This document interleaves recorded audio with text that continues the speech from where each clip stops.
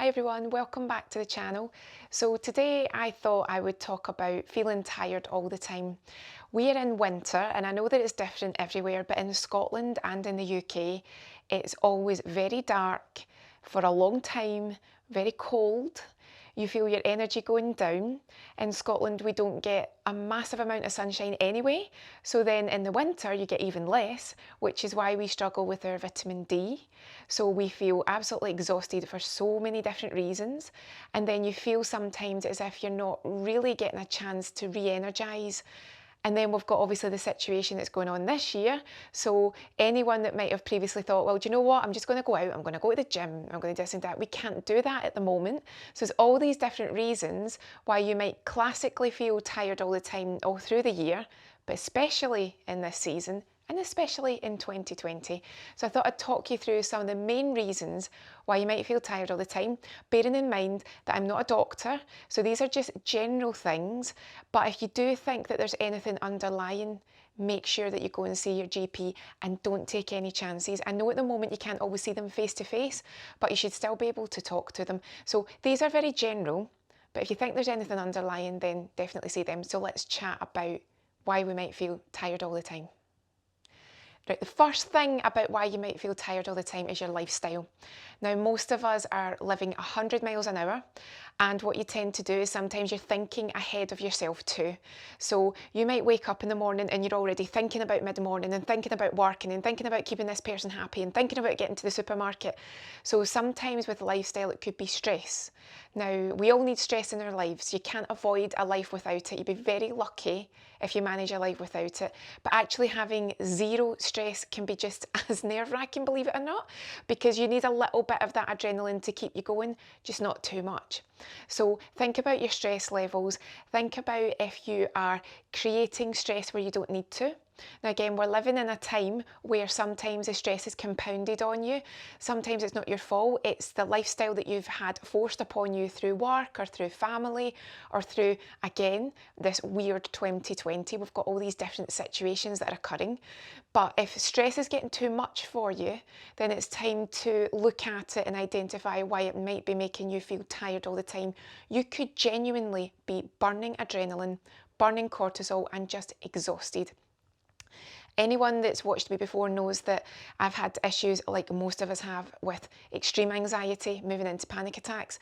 For me, what helped me was the Linden method, Charles Linden, and he basically helps you understand that it's not really anything that you have to have ongoing counselling for or you need to talk. It's actually a disorder of fear, and it's actually a hormone issue. If you think about it, adrenaline's a hormone.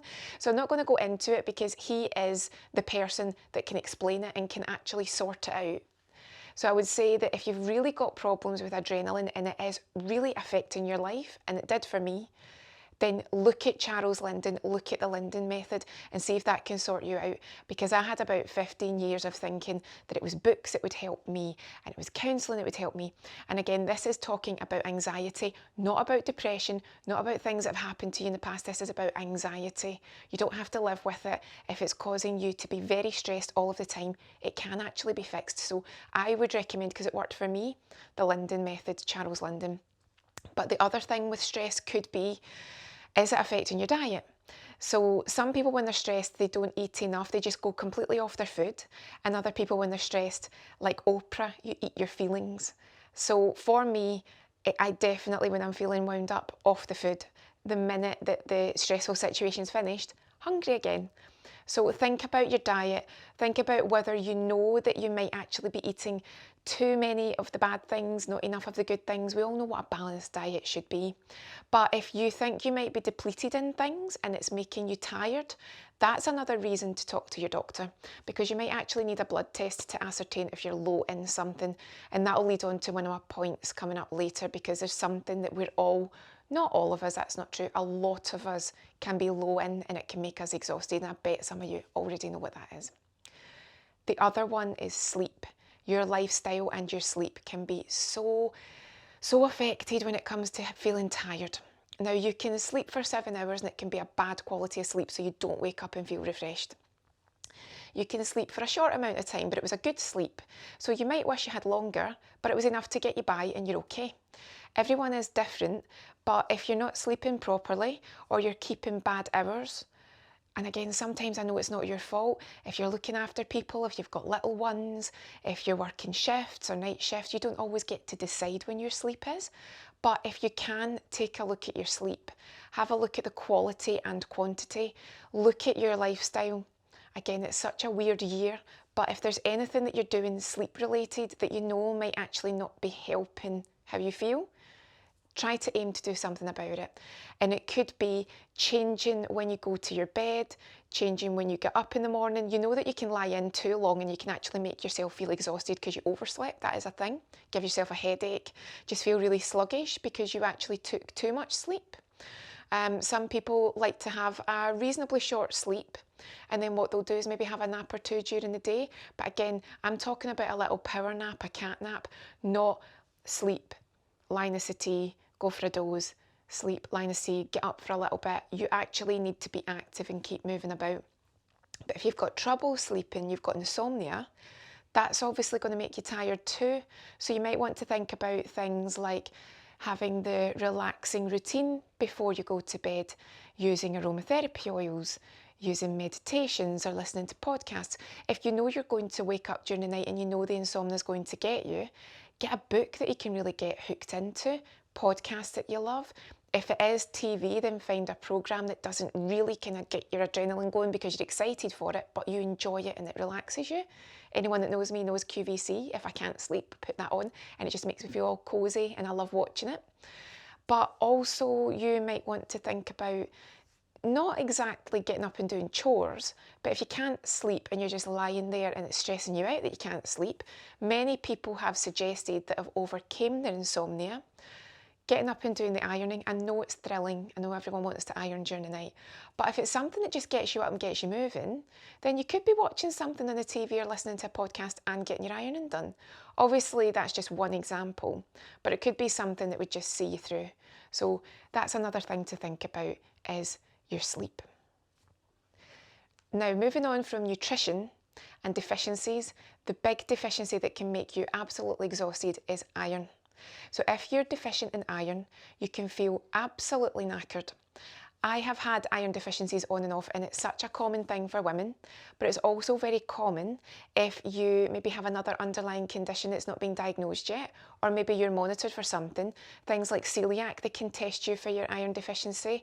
There's so many different reasons. People that dramatically change their diet, so they maybe go from a meat eating diet to vegetarian or vegan. Sometimes they go iron deficient because they haven't replaced the iron that they would have had with the meat. You definitely can replace it, you've just got to make sure you do. So it's very common now that people might dramatically change their diet, but they don't realise where they've got to get their iron from to make sure that they don't deplete. Now, when you are iron deficient, you can feel exhausted all of the time. And you might need a course of iron tablets, or the doctor would put you on whatever they think is relevant to you.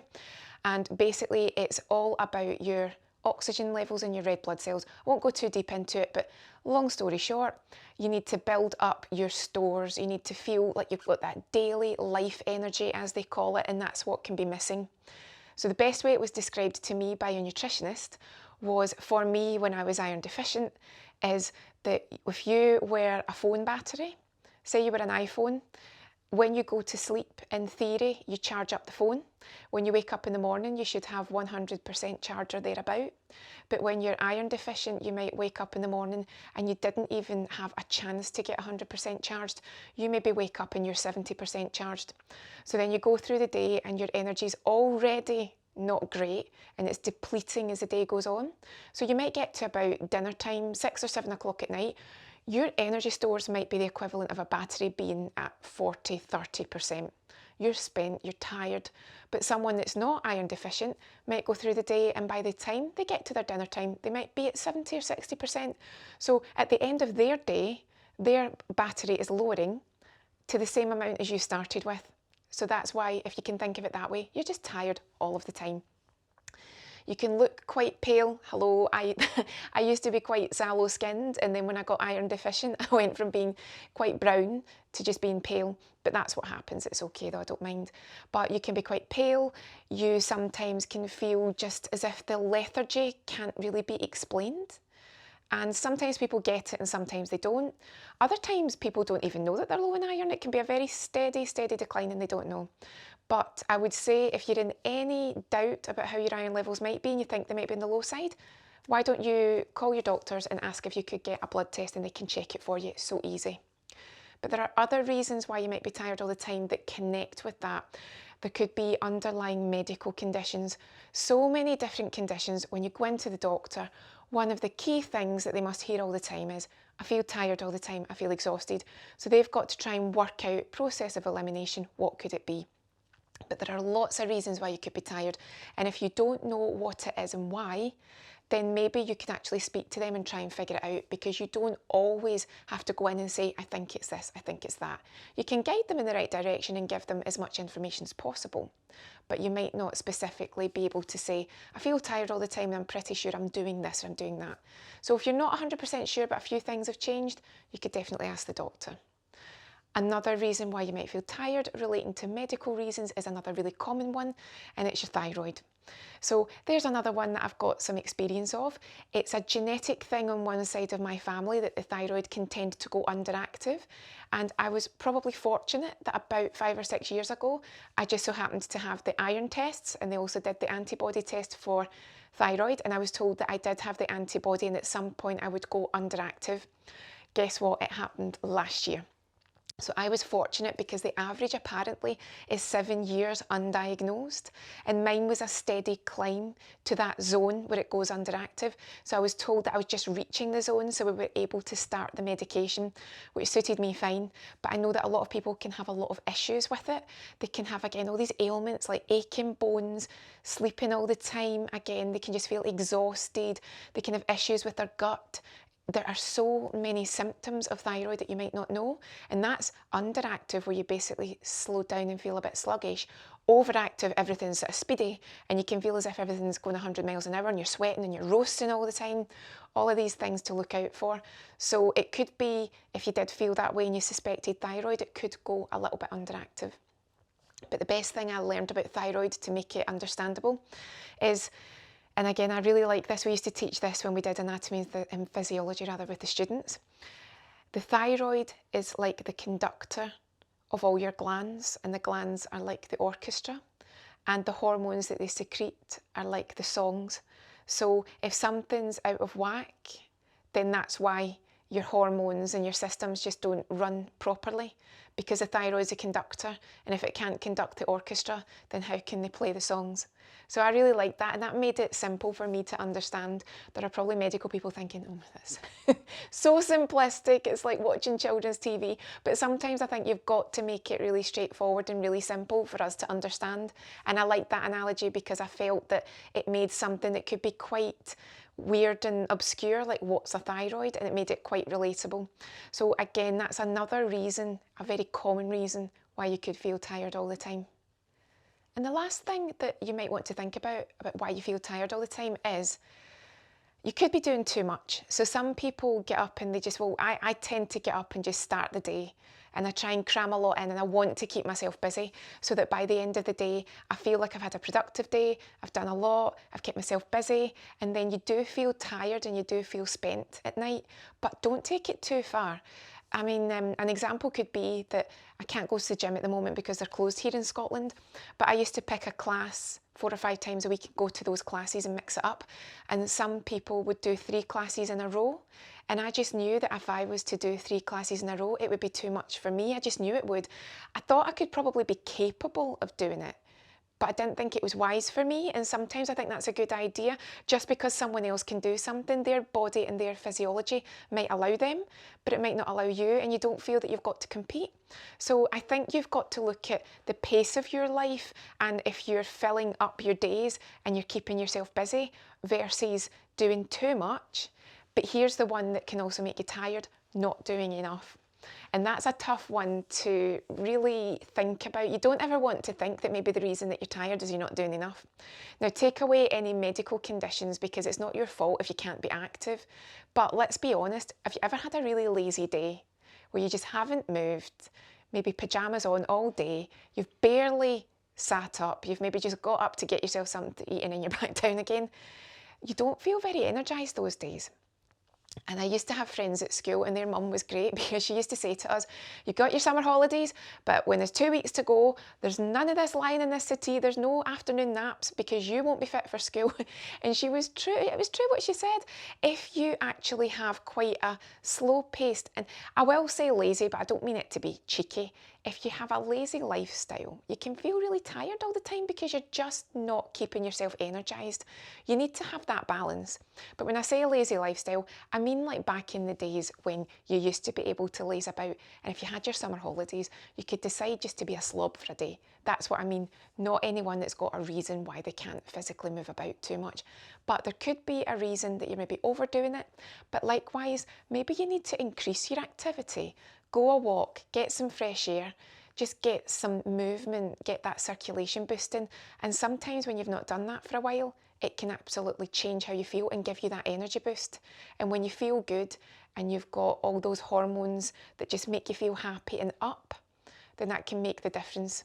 But again, like I say, winter, you get your seasonal affective disorder because you don't get the same amount of sunshine. That can make you tired. Some people do genuinely feel down at this time of year. That can make you tired. So many different reasons. So don't be hard on yourself, but if you know that there is something that's making you a bit more tired, have a little think about whether it could be one of those. If you're still not sure, and again, you think there might be something there, speak to your doctor. But other than that, let's just agree that we're going to navigate through the rest of this year as best we can. And I'll keep these videos coming. If you've got any suggestions and you think I can do them, let me know. Still can't work on any clients, can't work on models, but I'll try my very best if there's anything that I can do. So I hope you found that useful. Have a great day and I'll see you again soon.